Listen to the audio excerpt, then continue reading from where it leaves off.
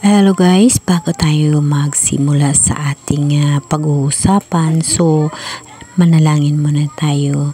Lord Jesus Christ, maraming salamat sa pagbigay sa akin ng lakas at sipag upang alamin ang katotohanan ayon sa nakasulat sa Bible at aking nalalaman ang mga istorya nung unang panahon ng ating mga propeta. So, ganito guys, yung tatlong propeta natin, inalam ko talaga kung paano sila namamatay, kagaya kay propeta Juan Bautista, kay Elias at saka kay Zacarias. So, bali, si Juan Bautista, guys, namatay pala siya dahil pinapugutan siya ng ulo ni Herodes.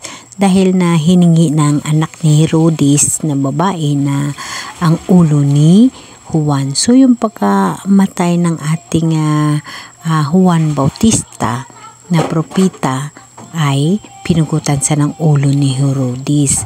And then, yung pagkapatay naman ni Zacarias, so bali hindi talaga siya na ilagay sa ating Bible, ngunit may isang Zacarias na ayon sa Bible natin is namatay sa templo. Sa templo siya tinugis ng mga pumatay sa kanya. At yung pinaka-the best or pinakamaganda na kamatayon or pagkamatay ng propeta natin, si Elias. So, si Elias guys, ay namatay siya ayon sa aking nabasa ay siya yung espesyal na namatay na napakaganda ng kanyang istorya, So, bali si Elias na matay siya dahil sa pagpakita ng himala ng ating mahal na Diyos, So, siya ay sumakay sa ipo-ipo papunta sa langit, ayon sa Bible na aking nababasa. So, siya yung himala ng apoy na bumaba sa lupa. And then, siya ay sumakay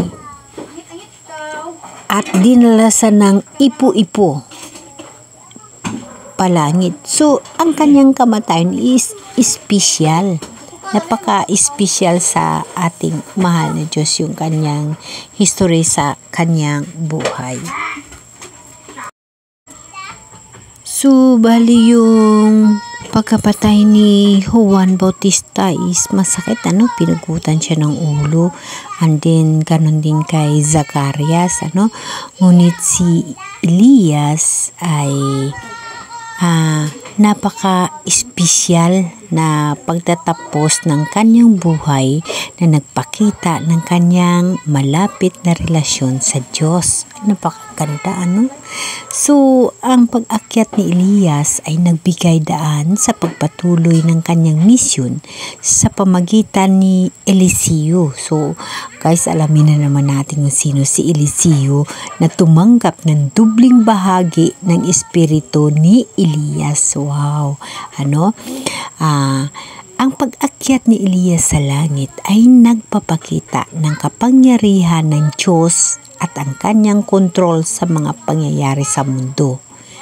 Ang galing, So guys, bali ito si propeta Elias, ito siya yung pinakain ng uwak sa batis ng Kirit, So, si Elias, isang propeta sa Biblia at ang kanyang pagkamatay ay hindi tulad ng karaniwang pagkamatay ng mga tao ayon sa 2 Hari 2 verse 1:12. Si Elias ay umakyat sa langit sa pamagitan ng isang kariton ng apoy. Napakaganda, So, itong Bible is hari, yung hari, 2 Hari. So, ibig sabihin mga Old Testament, ito, So, ang paglakbay niya, huling paglalakbay niya, ito pala yung kasama niya, si Eliseo. Si Elias at ang kanyang alagad na si Eliseo ay naglalakbay mula sa Gilgal hanggang sa Bethel at sa Jericho.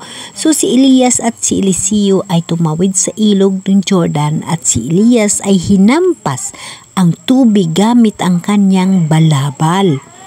Bigla na lang may lumitaw na isang kariton ng apoy at ang kabayong apoy at si Elias ay umakyat sa langit sa pamagitan ng isang ipo-ipo. Wow, napakaganda.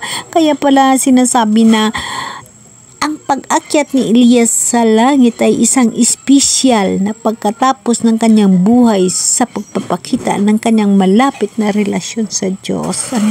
So, ganun pala guys, Kaya nga tayo guys, tao tayo, ang dami nating mga ginagawang mga kasalanan, pero lahat ng mga kasalanan natin guys is napapatawad na ng mahal na Diyos.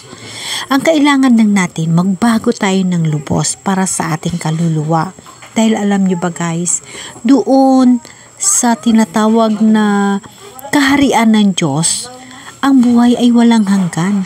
Kung ano kasi ang plano ng Diyos noong una, bago pa naman niya ginawa si Adan at si Eva na magiging maharlika, magiging maganda ang buhay ng mga katauhan. Yun talaga naman ang gusto niya, walang hirap, walang kasakit. Ngunit nga ay natintar nga ng kasalanan si Adan at si Eva. That's why nga lahat tayo ang nagkaroon ng kasalanan. So para mapatawad tayo ng ating mahal na Diyos, siya mismo ang bumaba para mapatawad at binigyan tayo ng pagkakataon para sa pangalawang buhay. Yung pangalawang buhay natin, yun ang ating buhay na walang hanggan. So para makamtan natin ang buhay na walang hanggan, dahil lahat tayo guys makakasala nakasala tayo maliit o malaki kasalanan ho yun, pero yun lahat ay napapatawad na ng mahal na Diyos dahil siya ay namatay sa krus para lamang may papatawad na ating kasalanan. So dapat natin gagawin guys, magbago para sa ating kaluluwa, para tayo ay makasama sa kaharian ng Diyos at sa buhay na walang hanggan. Kagaya sa mga propeta, iba-iba rin yung kamatayan na nangyayari sa kanila. But napakaganda guys. Napakaganda ng pagkamatay ni Elias. Napakaganda. Kaya guys, again, lahat tayo makakasalanan. Lahat tayo guys, maraming mga kasalanan. Wala ho ni isa sa ating malinis. Ngunit ang gusto lang ni Lord, na lubusan tayong magbago, magtiwala tayo sa Kanya at magbalik tayo sa Kanya para ito sa ating kaluluwa, para doon sa kaharian na kung saan nandoon siya, para makasama natin siya. Yun ang ating nagiging misyon dito sa mundo. Tayo ay natao bilang instrumento, na tao tayo sa kasalanan. Ngunit inuulit ko, pinapatawad na tayo ng mahal ng Diyos dahil siya ay namatay sa krus para lang mapatawad yung ating mga kasalanan. Again guys, mas importante sa atin na mga tao ang ating kaluluwa doon sa kaharian ng Diyos.